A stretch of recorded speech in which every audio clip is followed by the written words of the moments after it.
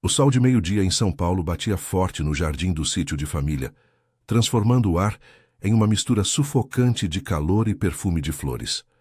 Era o dia do casamento da minha irmã mais velha, Ana, e o lugar estava lotado de parentes distantes, amigos barulhentos, e o cheiro inconfundível de churrasco misturado com o aroma doce dos arranjos de orquídeas e rosas que decoravam cada canto. Eu, Clara de 28 anos, me sentia como uma intrusa no meio daquela festa animada, vestida com um vestido azul claro que a Ana insistira que eu usasse. Vai ficar linda, mana, para variar um pouco do seu jeans surrado. Eu tentava me esconder atrás de um copo de caipirinha, observando tudo com um misto de alegria e inveja. Ana sempre fora o centro das atenções, desde pequena, com seus cabelos cacheados loiros e o sorriso que iluminava qualquer sala. Ela conquistava o mundo sem esforço. Eu, por outro lado, era a quieta, a que preferia os livros e o trabalho na biblioteca municipal a festas barulhentas. Aos 32 anos, ela finalmente se casava com o Pedro, um engenheiro bem-sucedido que a cortejara por anos, com jantares românticos e viagens para a praia. O casamento era o sonho dela realizado. Uma cerimônia ao ar livre, com uma tenda branca esticada contra o céu azul, mesas cobertas de toalhas impecáveis e um DJ tocando sertanejo universitário que fazia todo mundo dançar. Eu me encostei em uma árvore frondosa, sentindo o suor escorrer pelas costas, apesar do ventilador gigante que soprava no jardim. A noiva, radiante em seu vestido de renda que abraçava suas curvas, circulava entre os convidados, rindo alto e abraçando tias que choravam emocionadas. — Clara, vem cá! Não fica aí sozinha, parece uma estátua! Gritou ela de longe, acenando com a mão cheia de anéis. Eu forcei um sorriso e acenei de volta, mas meu coração apertava. Fazia 2 anos que eu terminara com o Lucas, meu noivo de infância, depois de descobrir que ele me traía com uma colega de trabalho. Desde então, eu me jogara no emprego e na rotina solitária do meu apartamento pequeno na Vila Madalena, evitando qualquer conversa sobre quando é a sua vez. O cerimonial prosseguiu com a emoção de sempre. Votos trocados sob o olhar atento do padre, que viajava de Campinas só para a ocasião, e o beijo que selou a união, aplaudido por todos. O sol começava a baixar um pouco, tingindo o céu de laranja, quando chegou a hora da dança dos noivos. Ana e Pedro giravam no centro da pista improvisada sobre a grama, ao som de uma música lenta que falava de amor eterno. Eu assistia de longe, mordiscando um pedaço de bolo de noiva, sentindo uma pontada de solidão que eu tentava ignorar com outra golada de caipirinha. Então veio o momento que eu mais temia, o arremesso do buquê. Ana, com os olhos brilhando de malícia, reuniu todas as solteiras no jardim. — Meninas, venham! Quem pegar, casa em seguida! Anunciou ela, rindo enquanto as primas e amigas se amontoavam, gritando e empurrando umas às outras. Eu tentei me esgueirar para o fundo, mas a tia Lúcia, sempre a fofoqueira da família, me puxou pelo braço. — Vai, Clara, você precisa de um empurrãozinho. Aos 28 ainda dá tempo de arrumar um marido decente. Seus olhos piscavam com aquela compaixão falsa que me irritava tanto. Relutante, eu me posicionei no meio do grupo, sentindo o calor das risadas e o cheiro de perfume misturado ao suor. Ana virou de costas, ergueu o buquê de lírios brancos e girou o corpo com um grito animado. O buquê voou alto, descrevendo um arco perfeito no ar, e veio direto para mim. Instintivamente estendi as mãos e ele caiu bem no meu colo, as pétalas macias roçando minha pele. Um coro de aplausos e assobios explodiu ao meu redor. — É ela! A próxima! Gritavam as meninas enquanto Ana se virava e me apontava rindo. — Viu, mana? O universo conspira a seu favor! Meu rosto queimava de vergonha. Eu forcei uma risada, segurando o buquê como se fosse uma bomba-relógio, e me afastei do grupo o mais rápido possível, indo para um canto mais tranquilo perto da cerca de madeira que delimitava o sítio. O jardim agora pulsava com a festa em pleno vapor, crianças correndo entre as mesas, tios discutindo futebol e o som de pratos tilintando. Sentei-me em um banco de pedra, ainda ofegante, e olhei para o buquê. As flores estavam frescas, amarradas com uma fita de cetim branca, mas algo chamou minha atenção. Uma borda de papelzinho branco despontava entre os caules. Curiosa, desfiz o laço com cuidado, separando as flores. Lá estava, um bilhetinho dobrado, escrito à mão com a letra caprichada da Ana. Meu coração acelerou enquanto eu o desdobrava. As palavras saltaram para mim como um soco no estômago. Clara, se você pegou isso, é hora de acordar. Dentro do buquê tem uma pista. Vá para o Café das Flores amanhã às 10 horas. Alguém espera por você. Não me decepcione, mana. Beijos, sua irmã casada e feliz. PS. Não conte para ninguém. Eu reli o bilhete 3 vezes, o papel tremendo levemente em minhas mãos. O que era aquilo? Uma brincadeira de casamento? Ana sempre fora de surpresas, mas isso parecia diferente, mais sério. Meu estômago revirou com uma mistura de excitação e medo. Quem estaria me esperando? E por que o segredo? Olhei para o outro lado do jardim, onde Ana dançava colada ao Pedro, alheia a tudo ou fingindo estar. Ela me viu olhando e piscou, levantando o copo em um brinde silencioso. A noite avançou com fogos de artifício iluminando o céu escuro, mas eu mal prestei atenção. Meu mente girava em torno daquele bilhete. Pela primeira vez em anos, sentia um formigamento de expectativa, como se algo grande estivesse prestes a mudar. Mas e se fosse uma pegadinha? Ou pior, e se fosse algo que eu não estava pronta para enfrentar?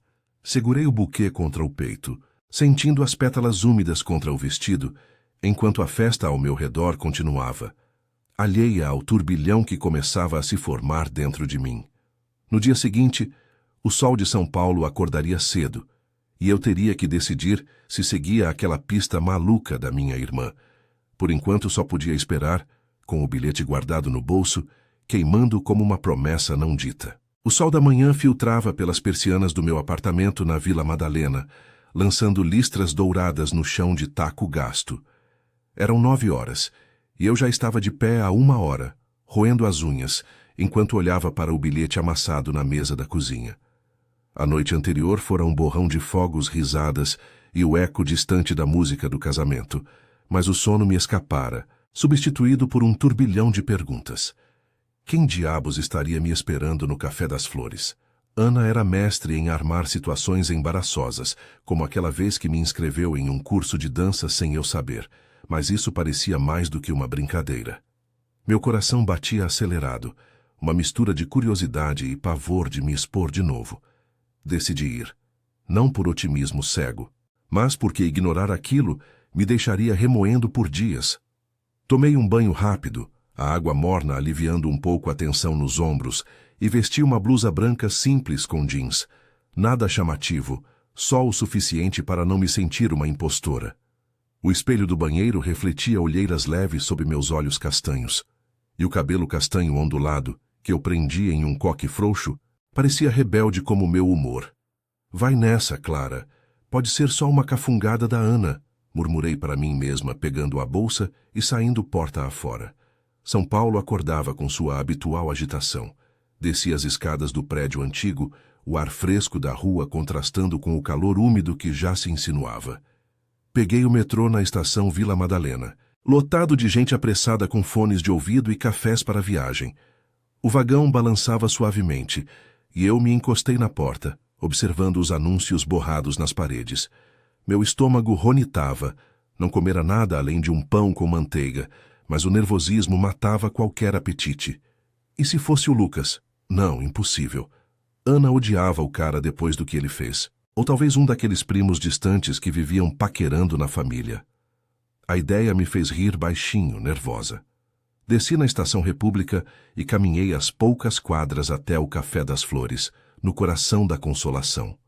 A rua estava movimentada, vendedores ambulantes gritando promoções de frutas, motos zigue-zagueando entre os carros e o cheiro de pão fresco das padarias misturado ao asfalto quente. O céu, que começara azul, agora carregava nuvens cinzentas prometendo uma garoa fina, típico de São Paulo, onde o tempo mudava mais rápido que as emoções. O café ficava em uma esquina charmosa, com fachada de tijolos aparentes e vasos de margaridas vermelhas na calçada, balançando levemente com a brisa. Empurrei a porta de vidro, o sininho tilintando como um aviso. O interior era acolhedor, com mesas de madeira escura espalhadas sob luzes pendentes que simulavam lâmpadas antigas. O aroma de café coado e pães assando invadiu minhas narinas, e o burburinho suave de conversas preenchia o ar. Atrás do balcão, uma barista de cabelos curtos e tatuagens nos braços sorria para um cliente, enquanto uma vitrola tocava um jazz leve, daqueles que acalmam a alma. Eram 9h55. Meu pulso acelerou. Escolhi uma mesa no canto, perto da janela, de onde via a rua sem ser vista. Pedi um cappuccino para disfarçar, as mãos tremendo ao segurar a xícara quente. Olhei ao redor, procurando rostos familiares. Nada. Um casal de meia-idade lia o jornal, rindo de uma notícia. Um grupo de amigos jovens discutia sobre o trânsito infernal da Marginal. Uma mulher sozinha digitava furiosamente no laptop, ignorando o mundo. Os minutos se arrastavam. 10h05. Talvez eu tivesse entendido errado. Meu rosto corou de raiva. Ana me pagaria por isso. Estava prestes a levantar quando a porta se abriu novamente, e um homem entrou, sacudindo a umidade da jaqueta leve. Ele tinha uns 30 anos, alto, com barba por fazer e olhos verdes que varriam o lugar com uma intensidade quieta. Vestia uma camisa social azul desabotoada no colarinho e calças caque, o tipo de casual elegante que gritava profissional sem frescura. Ele me viu, ou fingiu que sim, e caminhou direto para a minha mesa. Clara, desculpa o atraso, o trânsito na AV. Paulista é um inferno hoje. Sua voz era grave, com um sotaque paulista puro, sem frescuras. Ele estendeu a mão e eu a apertei, sentindo um choque de surpresa. Sou o Rafael. Ana me falou de você. Meu cérebro congelou por um segundo. Rafael? O nome não me dizia nada. Sentei-me de novo, gesticulando para que ele se juntasse. Ana? Como assim? Você? A conhece? As palavras saíram atropeladas e eu me odiei por soar tão defensiva. Ele sorriu, um canto da boca subindo, e pediu um expresso ao garçom que passou. Conheço, sim. Sou amigo do Pedro, o marido dela agora. A gente se conheceu na faculdade de engenharia, na USP. Ana me contou sobre o buquê e o bilhete. Foi ideia dela, na verdade. Ela achou que você precisava de um empurrão para sair da concha. Eu ri, mas era um riso forçado, o calor subindo pelo pescoço. Sair da concha? Minha irmã acha que sou uma eremita agora? Olha, se isso é uma armação para me arrumar um date, eu. Não é bem um date, interrompeu ele, inclinando-se um pouco para frente, os olhos fixos nos meus com uma sinceridade que me desarmou. Ana me disse que você trabalha na biblioteca, né? E que adora livros, mas anda meio estagnada desde o término com aquele idiota. Eu sou fotógrafo freelance, mas também dou aulas de história da arte em uma ONG aqui perto. Ana pensou que a gente poderia se dar bem conversando sobre isso, sem pressão, só um café. O cappuccino esfriava na minha frente e eu o tomei um gole, ganhando tempo. Estagnada. A palavra doía porque era verdade. 2 anos me escondendo atrás de pilhas de livros, evitando qualquer faísca de conexão. Rafael parecia genuíno. Não o tipo que força papo furado. Tudo bem, mas por que o segredo? Ela podia ter me ligado. Ele deu de ombros, o expresso chegando em uma xícara minúscula. Ana disse que você ignora conselhos diretos. O buquê foi o jeito dela de te forçar a vir. E olha, eu não sou o vilão aqui. Se quiser ir embora, tudo bem. Mas se ficar, posso te contar sobre um projeto que tô tocando na ONG. Precisamos de voluntários para catalogar fotos antigas de São Paulo. Pode ser uma distração boa. A garoa começou a cair lá fora, tamborilando na janela e borrando a visão da rua lotada. Pessoas corriam com guarda-chuvas e o café se encheu de um cheiro úmido de terra molhada. Algo no tom dele, casual, sem cobrança, me fez relaxar. Começamos a falar sobre os prédios históricos da cidade que ele fotografava, sobre os autores que eu recomendava na biblioteca. Ele ria das minhas histórias engraçadas de leitores excêntricos e eu me peguei sorrindo de verdade pela primeira vez em meses. Não era amor à primeira vista, longe disso, mas uma conversa fluida, como se a gente se conhecesse há tempos. Uma hora se passou voando, e quando olhei o relógio, eram quase 11h30. A chuva engrossara, transformando a calçada em um espelho reluzente de neon e poças. "Ei, Clara", disse ele, limpando a boca com o guardanapo. "Se quiser, posso te mostrar algumas fotos no meu celular. Ou, se preferir, a gente marca algo na ONG na semana que vem, sem buquês envolvidos." Eu hesitei, o velho medo de me machucar piscando na mente. Mas ali, com o jazz ao fundo e o calor do café me envolvendo, senti um vislumbre de possibilidade. "Tá bom, me manda o endereço por mensagem, mas se for pegadinha da Ana, eu te mato." Ele riu, trocando números comigo enquanto pagava a conta. Insistiu, dizendo que era o mínimo pela conspiração. Saímos juntos para a rua, a chuva nos forçando a correr até o ponto de ônibus mais próximo. Meu coração ainda batia forte, mas agora de uma empolgação leve, como se o dia cinzento tivesse se aberto um pouco. Ana me devia explicações, mas, por enquanto, eu me sentia viva. O que viria depois?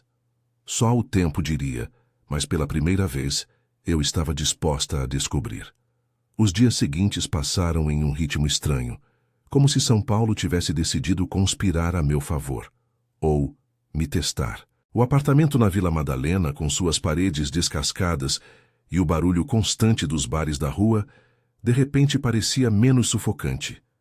Eu me pegava checando o celular a cada hora, esperando uma mensagem de Rafael. Ele mandara o endereço da ONG no dia mesmo, um texto simples. "Aqui, ó, terça à tarde. Vamos catalogar umas fotos antigas, sem pressão." Eu respondi com um combinado, mas por dentro o estômago revirava. E se fosse só pena? Ana devia ter pintado um quadro patético de mim para ele. Na segunda-feira, o trabalho na biblioteca municipal me engoliu como sempre. O prédio antigo no centro, com seus tetos altos e cheiro de papel envelhecido, era meu refúgio. Mas naquela semana parecia uma prisão. Organizei pilhas de livros devolvidos, respondi a consultas de estudantes estressados, com provas da USP, e ignorei os olhares curiosos da coordenadora, que cochichava com as colegas sobre meu ar distraído. "Clara, você tá bem? Parece que ganhou na loteria ou algo assim", brincou ela durante o almoço, um sanduíche de mortadela na cantina lotada. Eu forcei um sorriso, murmurando algo sobre o casamento da Ana, mas meu pensamento voava para o dia seguinte. A terça amanheceu com uma garoa fina, daquelas que deixam o ar úmido e o trânsito um caos. Peguei o ônibus na Consolação, espremida entre mochileiros e senhoras com sacolas de feira, o vidro embaçado pelo vapor das respirações. A ONG ficava no Bexiga, um bairro italiano que pulsava com grafites coloridos nas paredes e o som de acordeões ecoando de bares escondidos. Desci na rua 13 de Maio, o asfalto brilhando sob a luz cinzenta, e caminhei as 2 quadras até o endereço, um sobrado reformado, com fachada pintada de amarelo desbotado, e uma placa que dizia "Memórias Vivas, preservando a história de SP." Rafael me esperava na porta, de braços cruzados e um sorriso que iluminava o rosto barbado. Vestia uma camiseta cinza simples e jeans gastos, o cabelo castanho bagunçado pela umidade. Chegou na hora certa. A chuva tá piorando, mas aqui dentro é seco. Ele me guiou para dentro, o espaço amplo cheirando a tinta fresca e arquivos empoeirados. Mesas compridas estavam cobertas de caixas de fotos antigas, imagens em preto e branco de bondes na Praça da Sé, famílias imigrantes no Brás, o antigo mercado municipal lotado de vendedores. Um grupo pequeno de voluntários, uns 5 ou 6, mexia nos materiais conversando baixo sobre lendas urbanas da cidade. "Essa é a Clara, amiga da Ana", apresentou ele, e eu acenei, sentindo o rubor subir. Uma mulher de uns 40 anos, com óculos redondos e dreads, me cumprimentou com um aperto de mão firme. "Bem-vinda. Eu sou a Marta, coordeno aqui. Rafael disse que você manja de organização. Vamos precisar." Eles me entregaram luvas de algodão e uma lupa, e nos sentamos lado a lado em uma mesa no fundo, sob uma janela que gotejava levemente. O trabalho era meticuloso. Classificar as fotos por década, anotar legendas em fichas e escanear o que dava para digitalizar. Rafael explicava tudo com paciência, seus dedos longos virando as imagens com cuidado. Olha essa aqui, disse ele, passando uma foto de 1950 para mim. Era uma rua movimentada no centro, com mulheres de saias rodadas e homens de chapéu, o viaduto do chá ao fundo. Meu avô contava histórias dessa época. SP era um formigueiro, né? Todo mundo correndo atrás de um sonho. Sua voz tinha um tom nostálgico, e eu me peguei contando sobre as pesquisas que fazia na biblioteca, como os livros de história local que recomendava para quem queria entender a cidade além do caos diário.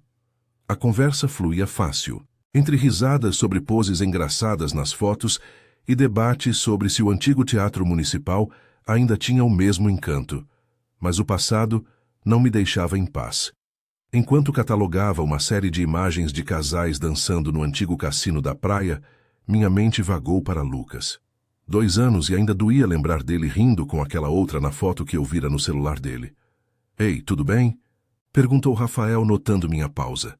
Seus olhos verdes me fitavam com preocupação genuína, e eu hesitei, mordendo o lábio. É só. Memórias. Meu ex me largou por causa de uma traição. Às vezes, acho que não mereço outra chance. As palavras saíram baixas, quase um sussurro, e eu me odiei por me abrir assim, mas algo nele me fazia confiar. Ele parou o que fazia, inclinando a cabeça. Olha, Clara, eu não sou de dar conselhos baratos, mas traição é problema dele, não seu. Eu passei por algo parecido há uns anos, uma namorada que sumiu do mapa depois de um projeto no exterior.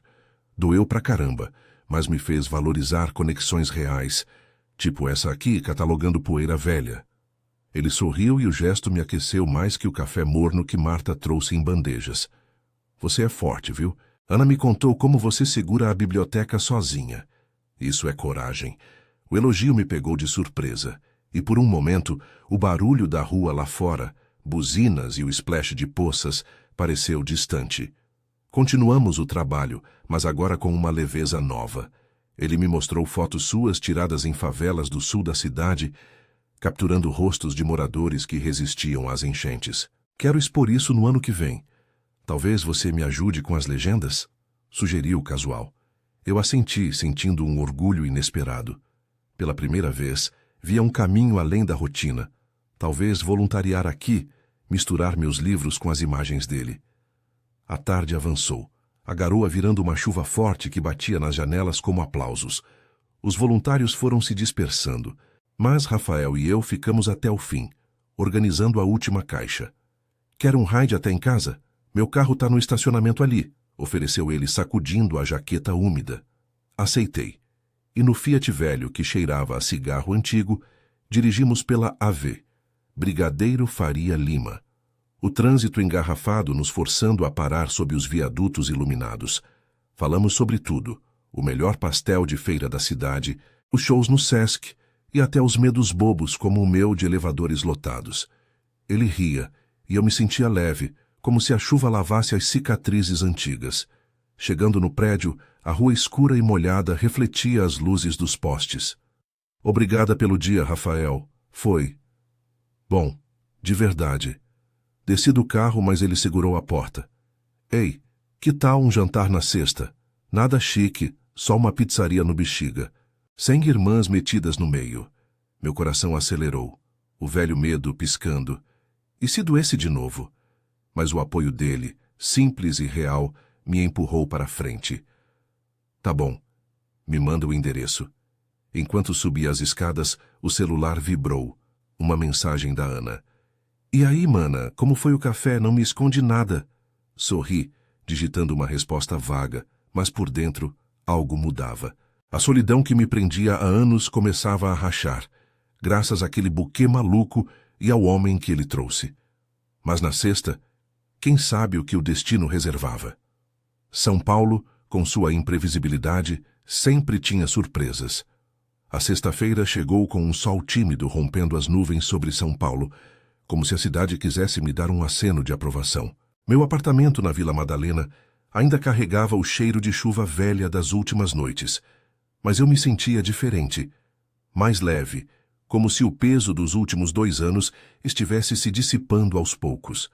Passei o dia na biblioteca, reorganizando a seção de romances históricos, mas minha mente vagava para o jantar com Rafael. Ele mandara uma mensagem na tarde. Pizzaria do Zé, 20 horas, Rua dos Ingleses, Bexiga.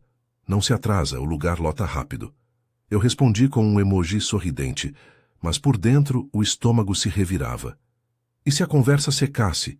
E se eu estragasse tudo com minhas inseguranças? Depois do expediente, corri para casa no metrô abarrotado. O ar-condicionado gelado contrastando com o calor úmido da rua. Tomei um banho demorado, deixando a água escaldante lavar o cansaço, e escolhi uma roupa simples. Uma saia preta até os joelhos, blusa de algodão branca e sandálias baixas. Nada de exageros. Eu queria me sentir eu mesma, não uma versão forçada para impressionar. O espelho do quarto refletia uma Clara mais confiante, com o cabelo solto caindo em ondas suaves e um toque de batom rosado que eu raramente usava. Vai dar certo, sussurrei, pegando a bolsa e saindo antes que o medo me paralisasse. O Bexiga pulsava à noite, com suas ruas estreitas iluminadas por lanternas penduradas e o aroma de alho e manjericão escapando das tratorias italianas. O bairro, com suas fachadas coloridas e grafites que contavam histórias de imigrantes, sempre me fascinava. Um pedaço de história viva no meio do caos paulistano. Caminhei da estação Brigadeiro, desviando de grupos de turistas rindo alto e casais de mãos dadas. O som de um sanfona distante misturando-se ao burburinho de conversas em italiano e português. A pizzaria do Zé ficava em uma esquina escondida, com mesas de plástico vermelho na calçada e um letreiro neon piscando aberto desde 1952. Cheguei às 19h55, o coração batendo forte, e lá estava ele, acenando de uma mesa no fundo, sob uma pérgola coberta de era. Clara! Pontual como um relógio suíço, brincou Rafael, levantando-se para me cumprimentar com um beijo no rosto que cheirava a loção pós-barba fresca. Seus olhos verdes brilhavam sob a luz amarelada, e ele vestia uma camisa xadrez azul, mangas dobradas até os cotovelos, revelando antebraços fortes de quem carregava equipamentos de foto o dia todo. Sentei-me à frente dele, o cheiro de massa assando no forno a lenha invadindo o ar, misturado ao perfume de orégano e queijo derretido. Eu que cheguei cedo. O trânsito me poupou hoje, respondi, forçando um sorriso enquanto o garçom, um senhor de bigode farto, anotava o pedido.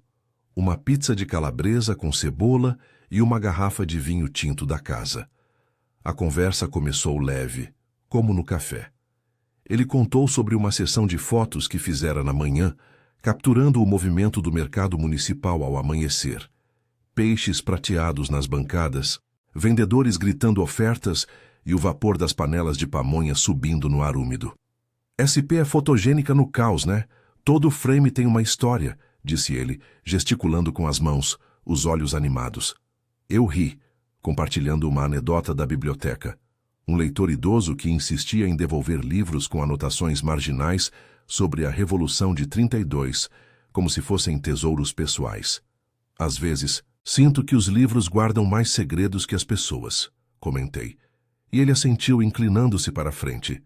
Exato. Por isso eu amo preservar isso na ONG. É como dar voz ao que foi esquecido. A pizza chegou fumegante, crocante nas bordas, e dividimos fatias quentes, o queijo esticando em fios longos. O vinho ajudou a soltar a língua, e aos poucos o papo mergulhou mais fundo. Rafael falou da família dele, pais separados, uma irmã mais nova estudando design em Campinas, e eu me abri sobre o casamento da Ana, o buquê e como aquilo me tirara da zona de conforto. Eu estava estagnada, sabe? Depois do Lucas, era mais fácil me esconder atrás das prateleiras do que arriscar de novo. As palavras saíram sinceras, e por um segundo temi ter pesado o clima. Mas ele estendeu a mão sobre a mesa, tocando levemente meus dedos. Entendo, mas olha para você agora. Aqui, experimentando algo novo. Isso é vitória, Clara. O toque dele era quente, reconfortante, e eu não puxei a mão. Em vez disso, contei sobre as noites solitárias no apartamento. Ouvindo o barulho da rua enquanto lia até o amanhecer, evitando o silêncio que ecoava as traições passadas. Ele ouvia com atenção sem interromper, só assentindo de vez em quando. Eu também me fechei depois da minha ex. Viajei sozinho para Minas, fotografei cachoeiras para esquecer. Mas a vida não para, né? Às vezes um empurrão, tipo um buquê maluco, é o que a gente precisa. Rimos juntos, e o som se misturou ao tilintar de talheres e risadas das mesas vizinhas.